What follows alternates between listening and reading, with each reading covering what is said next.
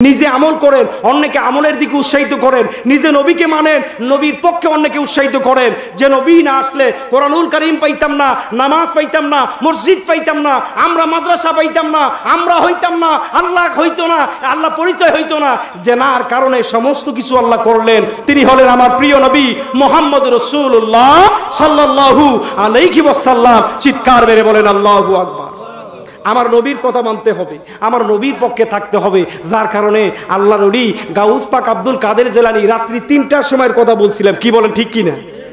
তিনি ঘরের মধ্যে হুজরা শরীফে মোরাকাবায় বসছেন, পাক পাকিদা হয়ে ঘরের দরজা খুলে রাখছেন। ওই এলাকায় একটা চোর বেশ কিছুদিন থেকে চুরি করতে পারে না, মানে চুরি করলে খাবার জোটে, না করলে খাবার হয় না। চিন্তায় পড়ে গেলেন, কি খাবো, কি করব, চুরি করতে পারছি না। যাইতে যাইতে রাত্রি ৩টার পর যাইয়া দেখতেছে আল্লাহর ওলি গাউস পাকের ঘরের দরজা খোলা আছে, খাট মোবারকের মধ্যে সুন্দর একটা নতুন চকচকে কম্বল আছে, মনে হয় কতই না দাম হইতে পারে, জোরে জোরে বলেন মারহাবা। চোর চিন্তা করলেন, হুজুর কি করে দেখি আগে। হুজুর এমন ভাবে মোরাকাবায় বসছে, মাথাটা বাম দিকে হালাই দিয়ে চক্ষু বন্ধ করছে, দুনিয়ার কোনো খেয়াল নাই। চোর চিন্তা করতেছে হুজুর মনে হয় ঘুমাইয়া গেছে, বসে বসে ঘুমাচ্ছে। এই চিন্তায় চোর একটা পা দিয়ে হাত দিয়ে হুজুরের খাট থেকে কম্বলটা টাইনে টাইনে নিয়ে যাচ্ছে, আর পিছের দিকে একটু দেখতেছে, যদি দেখে ছাইরে দিয়ে ফেলাবে। মারহাবা বলে আমার ভাইরা, গভীর মনোযোগ। চোর এবার কি করলেন, যাইতে যাইতে যাইতে 1 কিলোমিটার রাস্তা চলে গেছেন। যাওয়ার পর পিছের দিকে তাকায়া দেখে কম্বল পুরোটাই আসছে কিনা, কম্বল কয়টা এইটা চিন্তা করতেছেন। তাকায়া দেখে চোরের হাতে কম্বলের একটা কানি আছে, বাকি 3 কানি হুজুরের ঘরে আছে। জোরে জোরে বলেন সুবহানাল্লাহ। 3 কানি কার ঘরে? আল্লাহর ওলি গাউস পাকের ঘরে, খাটের মধ্যে আছে। চোর চিন্তা করলেন, এত বড় যদি কম্বল হয় তাহলে তো বিপদ, আমি মুক্তই হব, জীবন আর চুরি করা লাগতো না। আর টাইনে লই বাকিটা আসুক। টানতে টানতে টানতে 3 কিলোমিটার রাস্তা গেছে। কয় কিলোমিটার? জোরে বলেন, আরো জোরে বলেন। 3 কিলোমিটার রাস্তা গেছে। চোর খুশি, কম্বল বাড়িতে নিয়ে যাই, আস্তে আস্তে কেটে কেটে কেটে কম্বলের মাপে কম্বল বানায়া বিক্রি করে আমি দুনিয়ার মধ্যে শাহেনশাহ হয়ে যাব। চোর পিছের দিকে তাকায় দেখে কম্বলের 1 কানি হাতে আছে, বাকি 3 কানি ওই জায়গায় আছে। আমাবস্যার কালে দয়াল দেখান চাঁদের আলো, তলের নৌকা দিয়া দয়াল কত সাগর পাড়ি দিল রে দয়াল, সাগর পাড়ি দিল। এই অদমে কি বুঝতে পারে কামেল পীরের খেলা, কেউ বুঝিতে পারে না রে ওলি আল্লাহর খেলা, ও হয় কামেল পীরের খেলা। আল্লাহুম্মা সাল্লি আলা, কিছু বলবেন?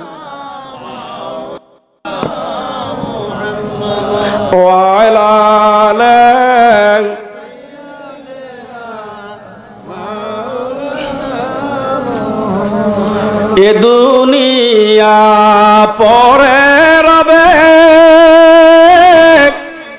ও মানুষ আমরা একদিন থাকব না, সবাই মোদের ভুলে যাবে, নবীজি আপনি ভুইলেন না। আল্লাহুম্মা সাল্লি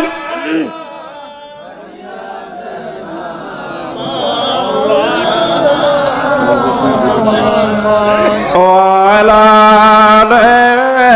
সাইয়্যিদানা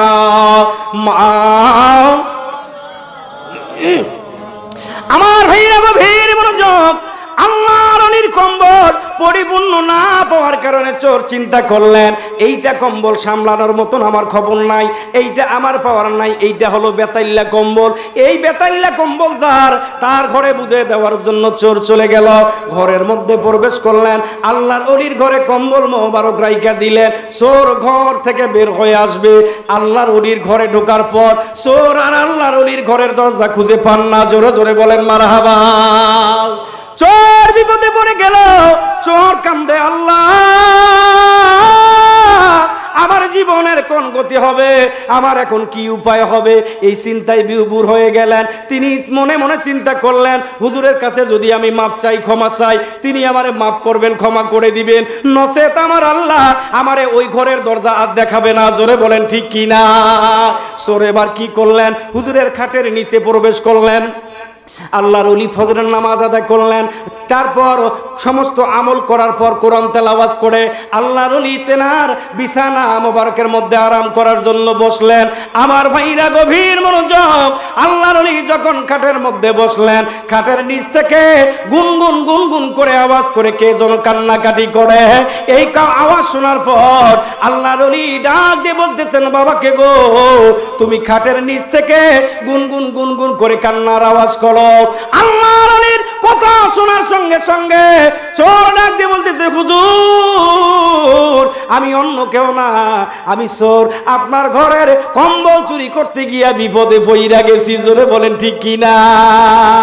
আমার ভাইরা, আল্লাহর ওলি বললেন, বাবা খাটের নিচ থেকে বের হয়ে আসো। চোর বের হয়ে আসলেন, হাত জোর করে বলতেছে, হুজুর আমারে আপনি মাফ করে দেন, আল্লাহর ওয়াস্তে ক্ষমা করে দেন, আমি বাড়িতে চলে যাব, আমি বাড়িতে চলে যাব। বাড়িতে যাইয়া যদি আমি খাবার সংগ্রহ না করি, আমার পরিবার পরিজনরা খাইতে পাবে না। আল্লাহর ওলি না দিয়ে বলতেছেন, বাবা আমি তোমারে ক্ষমাও করে দিব, তোমারে বাড়ি যাওয়ার ব্যবস্থা করে দিব, তবে আমার শর্ত দুইটা। প্রথমত শর্ত হলো, বাবা তোমারে আগে গোসল করানো হবে, ভালো কাপড় পরানো হবে। দুইজন খাদেম আসলেন, খাদেমরা চোরের দুই পাশে শক্ত করে ধরলেন, ধরার পর গোসল করার জন্য নিয়ে যাবে। চোর চোখের পানি ছেড়ে দিয়া কাঁদে আর ডাক দিয়ে বলে, ও হুজুরের খাদেমরা, আজকে আমার মন জানতে চায়, হুজুরের বাড়িতে চোর ধরা পড়লে কি গোসল দিয়ে ফিরে? চোর কি গোসল দেওয়ার সময় আছে? ধরা পড়লে যেও জানে না সেও দুইটা লাগায়া কি কোন দেয় কি না? চোর কই দিছে, হুজুর হুজুরের যে আপনার খাদেম, আমার গোসল করাবেন, আবার ভালো কাপড়ও পরাবেন। হুজুর কি এইটা সিস্টেম করছেন যে গোসল করে ভালো কাপড় পরায়া, মানে ইসাদারে মারবে, কম না বেশি তাও জানতে চাইতেছে। কয় আমরা একটাও জানি না, হুজুর যা বলছে তা আগে পালন করো। কাপড় গোসল করে কাপড় পরায়া হুজুরের কাছে নিয়ে আসলেন, বলতেছেন, বাবা দুইটা যায় নামাজ আছে, আমি একটাতে বসলাম, তুমি একটাতে বসো। মারহাবা বলেন, আরো জোরে বলেন। আল্লাহর ওলি কারে কয় ভালো করে বুঝছিস না, তাহলে তুমি দুনিয়ায় কামিয়াবি হবা, আল্লাহ ওয়ালা হতে পারবা, এর মধ্যে কোনো সন্দেহ নাই। শুধু মাদ্রাসায় পড়ছি, পুঁথিগত বিদ্যা এলেমটা কারে বলে তাও জানি না, গ্রামার খুব সুন্দর পড়তে জানি। ইলেম শব্দটা হলো মুতলক, অনির্দিষ্ট, নির্দিষ্ট একটা হলো খাদিমুল ইসলাম। এটা এক না দুই? একটু জোরে কোন, এক না দুই? নির্দিষ্ট হলো একজন, অনির্দিষ্ট হলো একের অধিক, একের অধিক, এটা হলো অনির্দিষ্ট। এজন্য ইমাম আবু হানিফা তিনি বলতেছেন, ইলম হলো দুই প্রকার, একটা হলো ইলমে জাহের, আর একটার নাম হলো ইলমে বাতিন। চিৎকার মেরে বলেন সুবহানাল্লাহ। তুমি যদি আলেম হইতে চাও, তোমার দুইটা ইলম অর্জন করতে হবে, একটা হলো ইলমে জাহের, আর একটা হলো ইলমে বাতিন। সমন্বয় হলো পরিপূর্ণ ইলম। চিৎকার মেরে বলেন সুবহানাল্লাহ। যার কাছে ইলমে জাহের আছে, ইলমে বাতিন নাই, সে কোনোদিন আলেম হইতে পারবে না। কারণ ইলম অর্জন করতে গেলে 14টা স্তরের ইলম অর্জন করা লাগবে, তারপরে আল্লামা হবা, ফাহামা হবা, মোল্লা হবা, কারি হবা, শাইখুল হাদিস হবা, মুফতি হবা, এর আগে একটা না ঘোড়ার ডিম হবা। কি কোন ঠিক কি না? রাগ করলেন, কষ্ট পাইছেন? আরে 14টা এলেম সমন্বয় পরিপূর্ণ এলেম, এটা কেমন এলেম, আর এই এলেমের খবর কার কাছে আছে, এটা তো আমরা আজও তালাশ করে দেখলাম না। এই জন্য আমার ভাইরা, আমাদের একটা বার হলেও বোঝা দরকার, আমরা মানুষ মরণশীল, মরবো না থাকবো? জোরে কোন।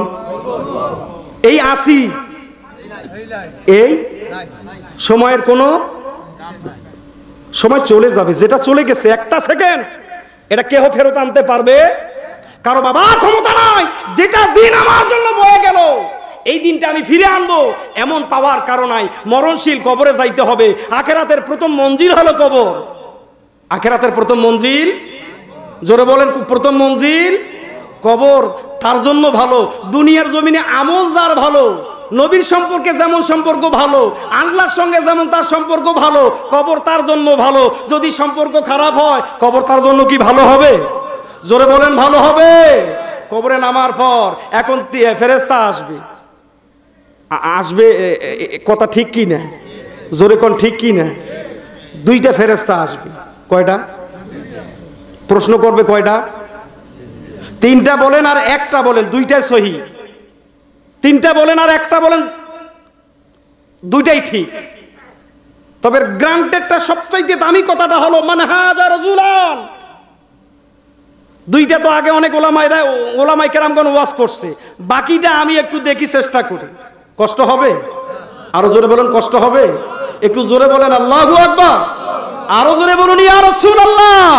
দেখা দাও গো দয়াল নবী, একবার আসিয়া আমায় দেখা দাও গো দয়াল। মায়ার নবী প্রেমের ছবি কোথায় রইলেন লুকায়া, দেখাও দাও গো মায়ার নবীজি, একবার আসিয়া আমায় দেখা দাও গো জিন্দা নবী একবার। জোরে জোরে বলুন মারহাবা। আমার ভাইরা, দেখা হবে কার? নবীর সঙ্গে দুনিয়ায় যার দেখা সম্পর্ক ভালো, কবরে তার জন্য নবী আসবে। আর যার জন্য দেখা সম্ভব বা আপন করে নেয় নাই, নবী বলতেছেন আমার ঠেকাও পড়ে নাই। কি কোন ঠিক কি না? কারণ আমার পক্ষে ছিলেন, আমি তোমার পক্ষে কি করব? পক্ষ যার হবে তার, বিপক্ষে যার বিপক্ষে যাবে তার। অতএব আল্লাহ যেদিন ফেরেশতাদের মাধ্যমে কবরের জগতে বলবে মান হাযা রাজুলান, তোমরা কি তুমি কি এই লোককে চেনো? তুমি কি চেনো? তুমি কি চেনো? একবার, দুইবার, তিনবার তারা বলবে লা আদরি, আমরা বিপদগামী, আমরা দেখে চিনি না, তবে বিপদে পড়েছি, নিজের হিসাব দিতে পারছি না, মানুষের চেহারা দেখে আমি করব কি? আল্লাহ বলবে ফেরেশতা তারে লাথি মারি দাও, দুজকে পাঠে তাড়াতাড়ি। এই কথা বলা মাত্রই জাহান্নামে তারে পাঠানো হবে লাথি দিয়া। আবার নবীজি তখন এই কথাই তার জবান থেকে আসবে, দুনিয়ার জমিন থেকে আমার উম্মত আমারে চিনতে পারলো না, আমাকে চিনবে কবরে কেমন করে? এই জন্য দুনিয়ার জমিনে আগে নবীকে চিনো, নিজেকে চিনো, তাহলে আল্লাহ চেনা হবে, আল্লাহ রসুল চেনা হবে। এই জন্য হাদিসে কুদসির মধ্যে এসেছে মান আরাফা নাফসাহু ফাকাদ আরাফা রাব্বাহু। আগে তুমি নিজেকে ভালো করে চেনো, তাহলে আল্লাহ এবং রসুলকে চেনা তোমার জন্য সহজ হয়ে যাবে। চিৎকার মেরে বলেন আল্লাহু আকবার। আমার ভাইরা, এই জন্য আল্লাহ এবং রাসূলকে শনাক্ত করতে গেলে একজন মদিনাওয়ালার প্রেমিকের দরবারে যাওয়া লাগবে, একজন আল্লাহওয়ালার কাছে যাওয়া লাগবে। ওই আল্লাহওয়ালা অন্য কেহ না, তিনি হলেন আল্লাহর ওলি সকল। জোরে জোরে বলেন মারহাবা। ভাইরা আমার, গভীর মনোযোগ। আমি যেই কথা রাখছিলাম, গাউস পাকের দরবারে সোরকে নিয়া এখন যায় নামাজে বসানো হলো। সোর বলতেছে হুজুর কি করবেন, তাড়াতাড়ি করেন, আমার বাড়িতে যাওয়া লাগবে। আল্লাহর ওলি বলতেছেন বাবা একটু তুমি তওবা করো। তওবা করানো হলো। আবার বলতেছে বাবা আমার সঙ্গে পড়ো কালিমায়ে তাইয়্যিবা লা ইলাহা ইল্লাল্লাহু মুহাম্মাদুর রাসূলুল্লাহ সাল্লাল্লাহু আলাইহি ওয়াসাল্লাম। এই কথা যখন পড়লেন, পড়ার বলতেছে হুজুর ছাইরে দেন। সরে মনে মনে কইতেছে যাই পড়ান না কেন, আমার কাম চুরি করা। চোরের কাজ জোরে কোন? কয় দিনে কি করেন করেন, রাত্রি হলে আবার চুরিতে যাব। আল্লাহর ওলির রাডারে, আল্লাহর ওলির চোখ, ওই চোখে যেটা অন্তরের চোখ, এই চোখের কোনো দাম নাই। যেই চোখের দাম হবে, মূল্য হবে, সেই চোখের কথা বলতেছি। আল্লাহর ওলির রাডারে ধরা পড়ছে। বলতেছেন বাবা আর একটু সময় দেন। কয় হুজুর এটা কেমন হইতেছে না। কয় বাবা এবার ছেড়ে দেবো, আর দেরি করবো না। মারহাবা বলেন। ভাইরা আমার, গভীর মনোযোগ। আল্লাহর ওলি বলতেছেন বাবা একটু নামাজের শুরুতে বসো। নামাজের শুরুতে বসলেন। আল্লাহর ওলি তাওয়াজ্জু ইত্তেহাদি পাওয়ারটা তেনার অন্তরাত্মার মধ্যে প্রয়োগ করার সঙ্গে সঙ্গে কচরের অন্তরাত্মার মধ্যে কবর দৃশ্য মনে পড়ে গেল।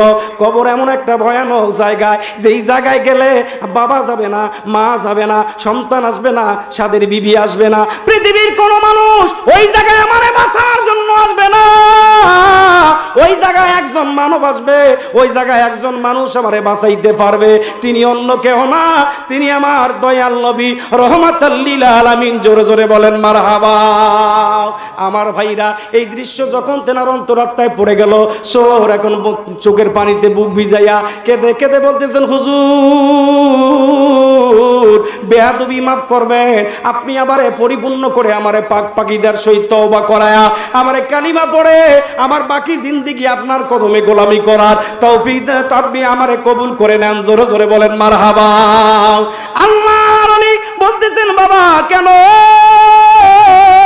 সোর বলতেছেন, হুজুর কবরের যে কি আযাব, কবরের যে কি ভয়ানক দৃশ্য আমার আল্লাহ আমার প্রেক্ষাপট চোখের মধ্যে তুলে ধরলেন, যার কারণে আমি বুঝতে পারলাম আমার অন্তরাত্মাটাকে সহি করার জন্য একমাত্র পরিপূর্ণ তওবা করে কালিমা পড়ে আপনার কদমে গোলামি করে আল্লাহ এবং রাসূলকে চিনতে হবে, নইলে আমার কবর জগতে কোনো নিস্তার নাই। জোরে জোরে বলেন মারহাবা।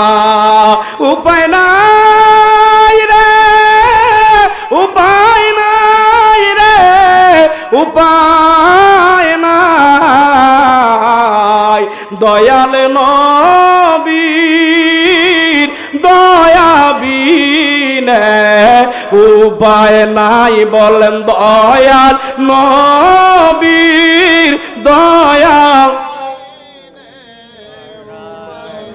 ডাকো তারে চোখের পানি ফেলিয়া,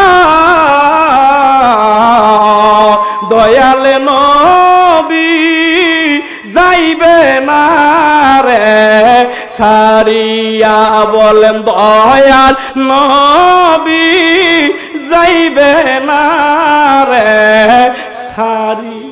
জোরে জোরে বলুন মারহাবা। আমার ভাইরা, আলোচনাগুলো আমি সংক্ষেপে আনার জন্য কিছু সামথিং কিছু কথা বিভিন্ন দিক থেকে আপনাদেরকে এটা বোঝার জন্য উঠে ধরেছিলাম। কারণটা হচ্ছে আল্লাহর ওলি ছাড়া নবী পর্যন্ত পৌঁছা যাবে না, আর নবী পর্যন্ত পৌঁছা না গেলে আল্লাহ পর্যন্ত পৌঁছা যাবে। সাহাবায়ে কেরামরা নবীর দরবারে গেলেন, নবীজি বলেন, বাবা তোমরা এত খুশি কেন? কয়, হুজুর আপনারা যতই দেখি ততই ভালো লাগে। সুবহানাল্লাহ কোন, আরো জোরে কোন। আরে এইটা প্রেমের আওয়াজ, চিৎকার করে বলেন ইয়া রাসূলুল্লাহ, মহব্বতে বলুন ইয়া রাসূলুল্লাহ।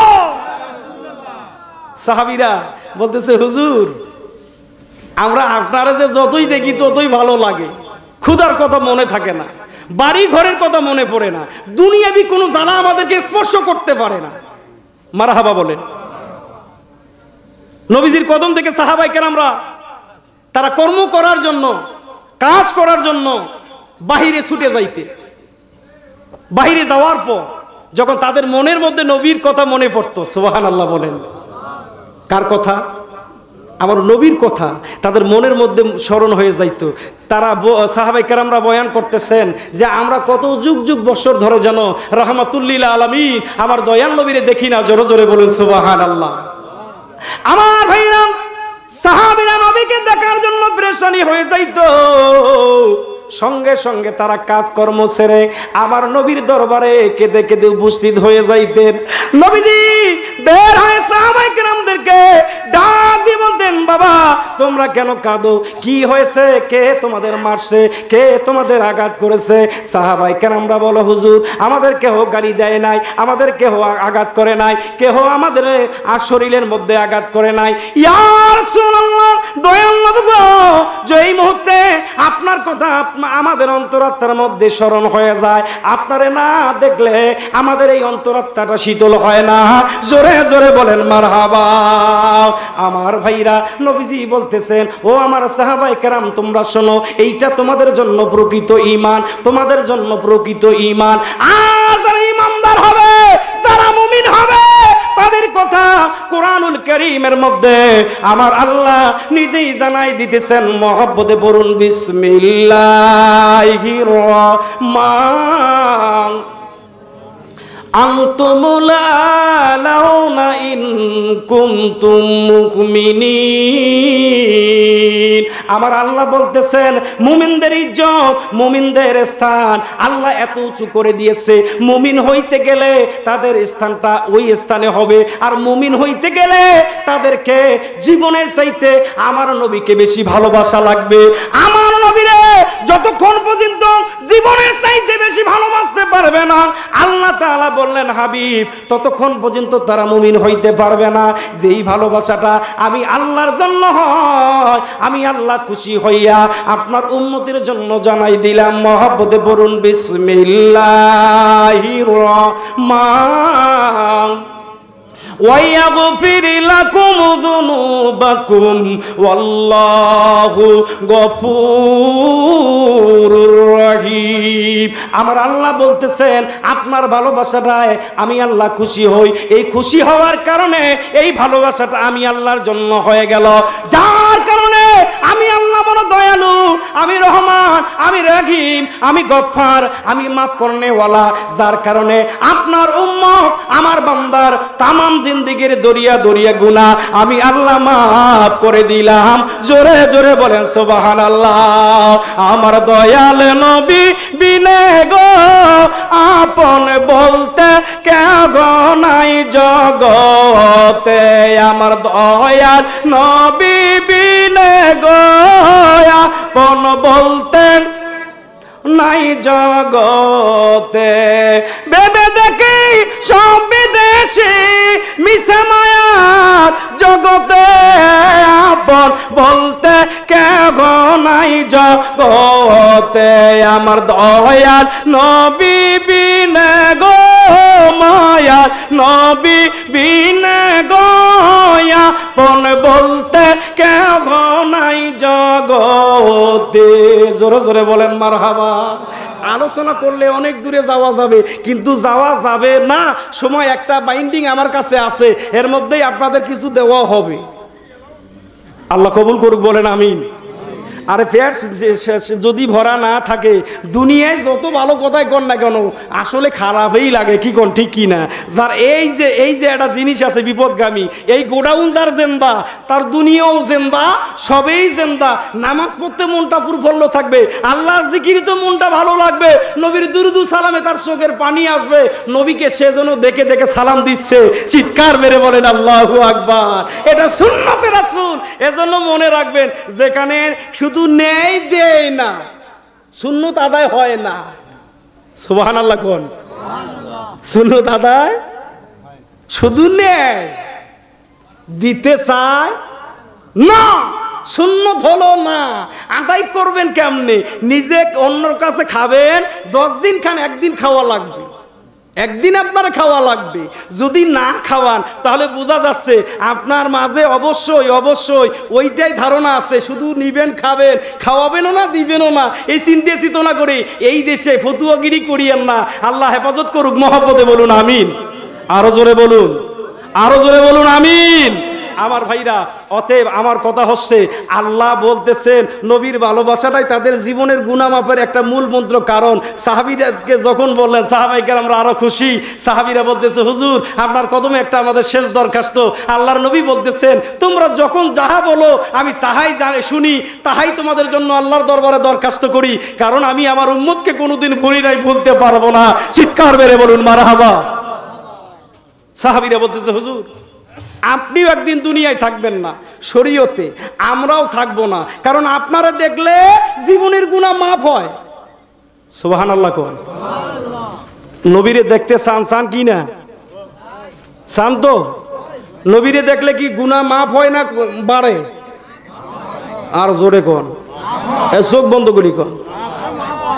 অনেক লোক আছে নবী দেখতে চায় না, নবী মানতে চায় না। নবী আবার কি, কোরআন আছে, নামাজ পড়ি, তাতেই তো জান্নাতে যাব। জান্নাত কি তোমার বাপে তৈরি করছে? মামার বাড়ির আবদার জান্নাতে যাইবে।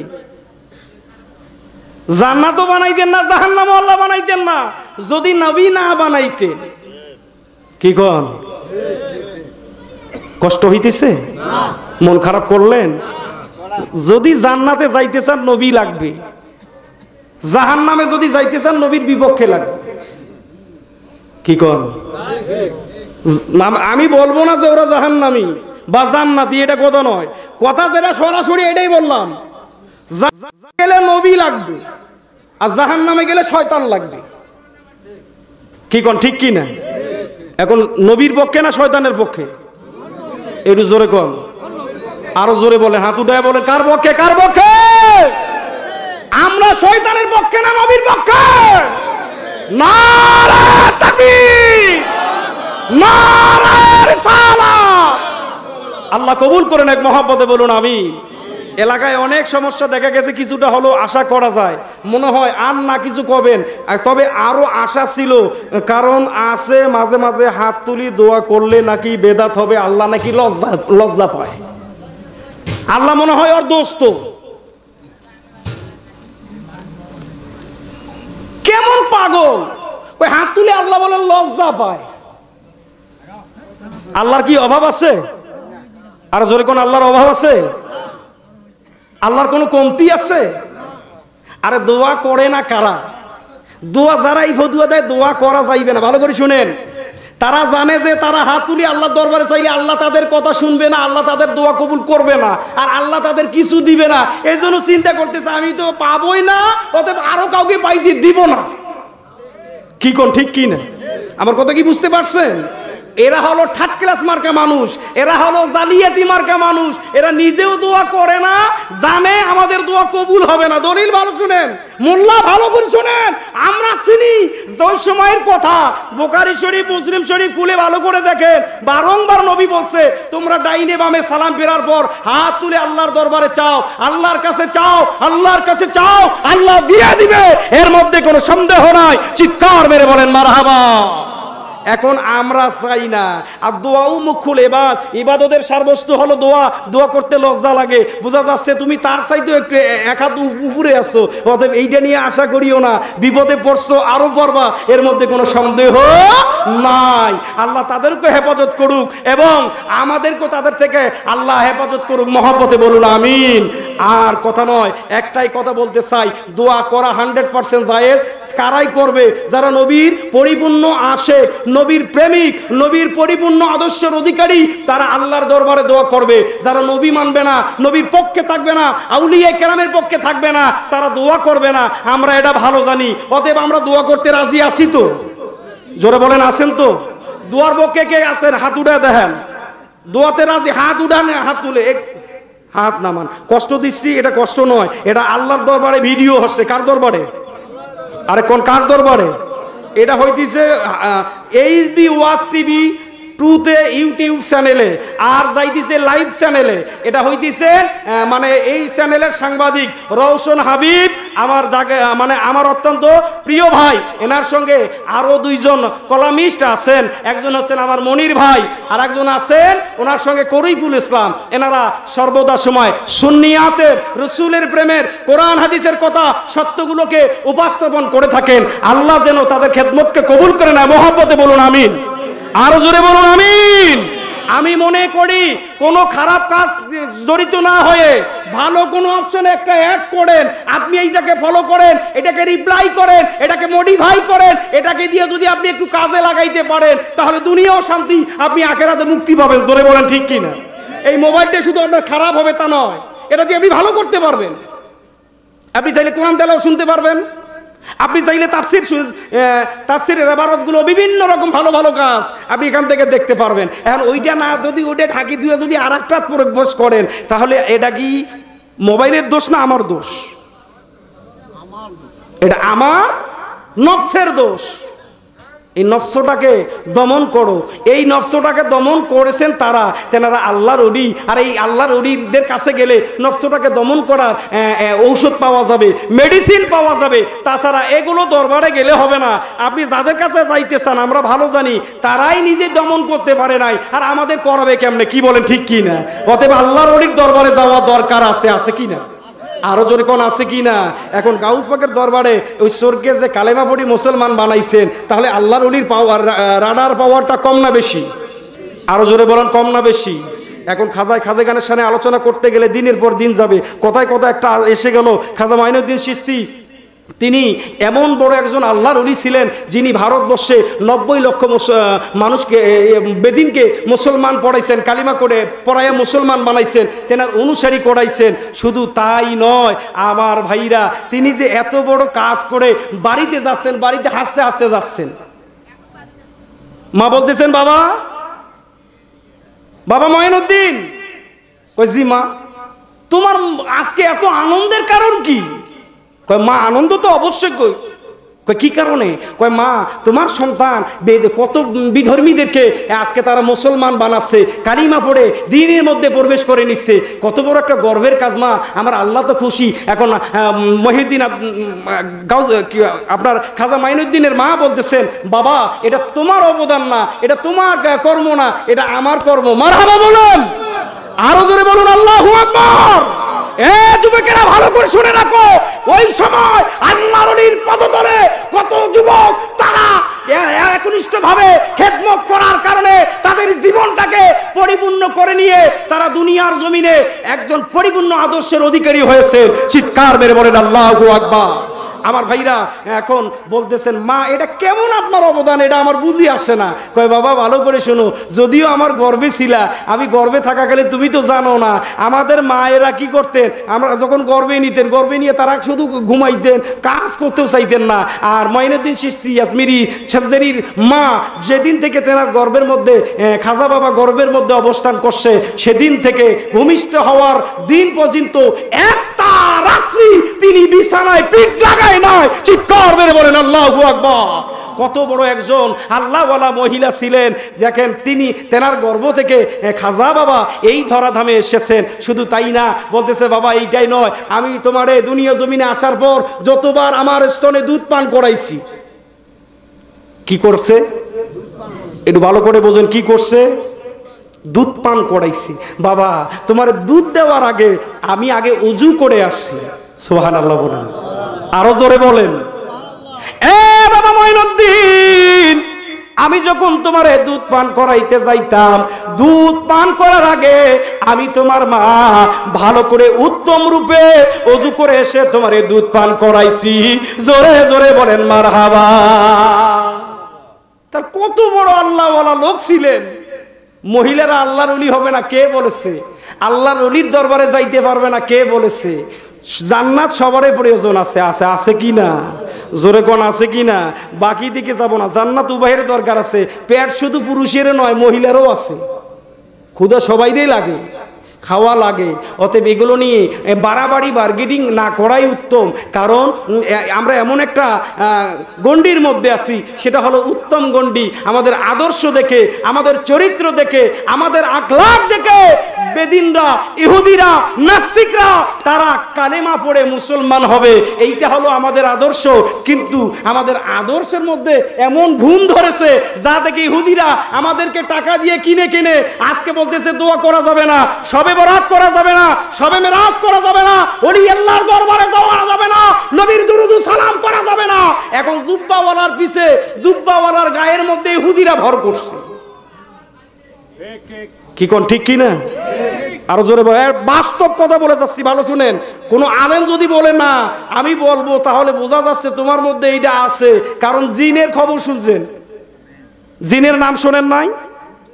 একটু জোরে কর না, জিনের নাম শুনছেন তো? কোরআনুল কারিমে একটা সূরা আছে, তার নাম হলো সূরাতু, একটু জোরে কর না কেন? সূরাতুজ জিন আছে।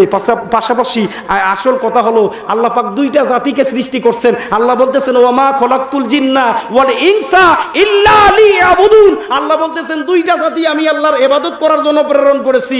একটা হলো মানুষ জাতি আর একটা হলো জিন জাতি। এই দুইটা জাতির বিচার করবে আল্লাহ। কি বলেন ঠিক কি না? তবে তা সবচাইতে শ্রেষ্ঠ জাতি, উত্তম জাতি, অত্যন্ত দামি জাতি করে যাদের বানাইলেন সেই জাতিটা হলো আশরাফুল মাখলুক। এটা হলো মানুষ জাতি। এই মানব জাতির উপরে কোনো জাতি হইতে পারে না। সৃষ্টির শ্রেষ্ঠ জীব হলো আশরাফুল মাখলুক। চিৎকার মেরে বলেন সুবহানাল্লাহ। আমার ভাইরা, এই দুইটা জাতির বিচার হবে। এখন দেখেন, মনে করেন একটা মহিলার উপর জিন ভর করছে, সওয়ার করছে। এখন জিনটা কিন্তু মহিলা না, পুরুষ। মহিলার নাম হলো রুকিয়া। জিন ভর করছে, এরা জিজ্ঞেস করতেছে তোর নাম কি? কইতেছে আমার নাম করিম উদ্দিন। কি নাম?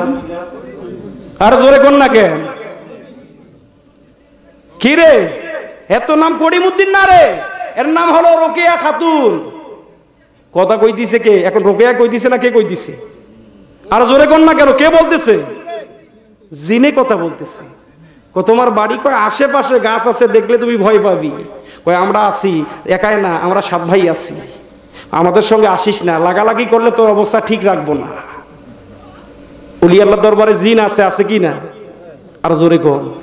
আরে জিন তো স্বাভাবিক জিনিস, এরা তো আমাদের খেদমত করবে। আরে এক ওলি আল্লাহর দরবারে লক্ষ লক্ষ কোটি কোটি জিন, তারা ওলি আল্লাহর দরবারে মুরিদ হইছে, বায়াত হইছে। জিনরাও আমাদের জাকের ভাই, সুবহানাল্লাহ কোন? আরো জোরে বলেন। জিনও আমাদের পীর ভাই, এটা টেনশন নাই। জিনকে দেখে ভয় পাবেন, ওলি আল্লাহর জিন চলে না, তারা চলে আল্লাহর ক্ষমতায়, সুবহানাল্লাহ কোন? আরো জোরে বলেন আল্লাহু আকবার। আল্লাহ দেওয়া ক্ষমতায় আল্লাহর ওলিদের চলে, কোন বাহিরা ক্ষমতায় তারা চলে না। আর যারা এগুলো কথা বলে তারা টাকার ক্ষমতায় চলে। কিসের ক্ষমতা? জোরে কোন? কিসের ক্ষমতায়? ওই যে পাঞ্জাবির উপরে যে ইহুদি নাসারা ভর করছে টাকা দিয়ে, এখন ওই তো কথা কয় না, কথা কই দিছে ওই মালে। কথা কই দিছে কি? ওই মালে। অতএব বেশি কথা বাড়াবাড়ি নয়। ওলি আল্লাহর প্রয়োজন আছে, আছে কি না? জোরে বলেন আছে কি না? কে কে ওলি আল্লাহ মানেন একটু হাত উঠায় দেখান। হাত নামান। আমার ভাইরা, ওলি আল্লাহর দরবারে গেলে আল্লাহ রসুলকে পাওয়া যাবে, যাবে কি না? আরো জোরে বলেন যাবে কি না? আবার অসমাপ্ত আলোচনা আমি সমাপ্ত করব অল্প সময়, কারণ সময় 2টা পর্যন্ত নিয়েছিলাম, 2টা 3 মিনিট বাড়ছে, আপনাদেরকে কষ্ট দিলাম। তবে ফেবার যদি আরো ভালো হইতো, মাইক ভালো আছে, সবই ঠিক আছে, কিন্তু আমাকে যে মঞ্চে যেভাবে দেওয়ার কথা সেভাবে উনি পারে নাই, যে কোনো কারণবশত হলে আমার জন্য মাইক সবই ঠিক আছে, এখানে হয়তো বা ওনার হ্যাঙ্গিং হয়ে যাইতো, এজন্য উনি আমাকে, আমি কষ্টটা স্বীকার করছি, এজন্য আমাদের স্পেসটা এবারে আশেপাশে ওয়ালগুলো থাকার কারণে এখানে হ্যাঙ্গিং হবে। উনি অনেক চেষ্টাই করছে, আল্লাহ কবুল করুক। এ না, মাইক খারাপ না, এটা আমি বলি নাই, এটা আবার মন খারাপ কইরেন না, সার্ভিস অত্যন্ত ভালো, কিন্তু পরিবেশ প্রেক্ষাপটে এটা হয়ে যায়, অত্যন্ত কষ্ট আমাদের লাগে, কারণ দৈনন্দিন প্রোগ্রাম চলে। তবে আমি বলবো, ওলি আল্লাহর দরবারে সবাই যাবেন, সবাই ওলি আল্লাহর দরবারে যাবেন আল্লাহকে পাবার জন্য, রসুলকে চেনার জন্য। এটা হলো মুখ্য বিষয়। পীর মুখ্য বিষয় নয়, মুখ্য বিষয় হলো আল্লাহ এবং আল্লাহ পাকের রসুল। পীরে জান্নাতে নিয়ে যাবে এটা কত নয়, পীরে শিখালো ওজিফা কালাম, তেনার দেখানো শখ এবং নির্দেশনা যদি মানতে পারো তাহলে জান্নাতে যাওয়ার রাস্তা পাওয়া যাবে। জোরে বলেন ঠিক কি না? আল্লাহর ওলির দরবারে নামাজ হয়, হয় কি না? আরো জোরে বলেন হয় কি না? এমন কোন পীর যদি কামেল পীর হয়, উনি কোনোদিন বলবে না তুমি নামাজ পড়িও না। যেই পীর বলে নামাজ পড়া যাবে না, এটা তো পীর না, এটা কলার পীর, এটা হলো ভণ্ড। এটা কি? আরো জোরে বলেন এটা কি? এটা অরিজিনাল একটা টাটকা ভণ্ড। অতএব 5 ওয়াক্ত নামাজ পড়বেন, আপন পীরের ওজিফা করবেন, মদিনাওয়ালাকে ভালোবাসবেন, মানুষের খেদমত করবেন, যে যেভাবে সাধ্য অনুযায়ী, কেহ কাউকে কষ্ট দেওয়ার চেষ্টা করবেন না। যুবকদেরকে বলবো, দিনের জন্য আজকে তোমরা বিভিন্ন দিকে ছোটাছুটি করতেছো, বিভিন্ন রকম কাজে জড়িত হয়েছো। নবীর দরবার থেকে একটা শিক্ষা সাহাবায়ে কেরামরা আমাদের দিয়েছে, সে ঘটনাও তোমাদের মাঝে উঠায় ধরছে। আমি একটাই বলবো, যুবকদের দ্বারা ইসলাম কায়েম হয়েছে, আবার যুবকদের দ্বারা এই বিপদের সময় আবারও ইসলাম পরিপূরক হবে। আল্লাহ কবুল করেন, এক মহাপথে বলুন আমিন।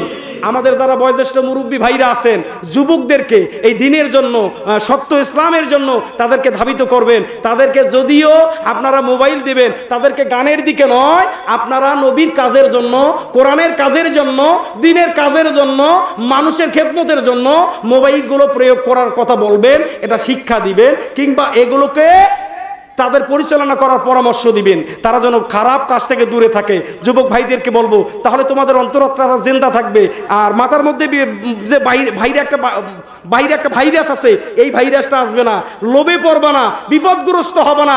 যখনই আল্লাহর দরবারে হাত তুলবা, যা চাবা আল্লাহ তোমার মনের আশা পূরণ করে দিবে। জোরে বলেন ঠিক কি না?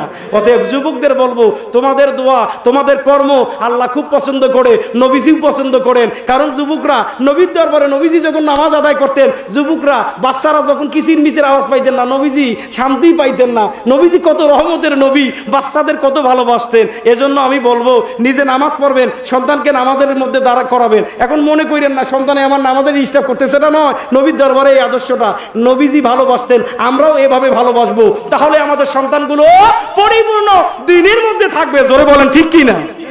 আল্লাহ কবুল করেন, বলেন আমিন। আরো জোরে বলুন আমিন।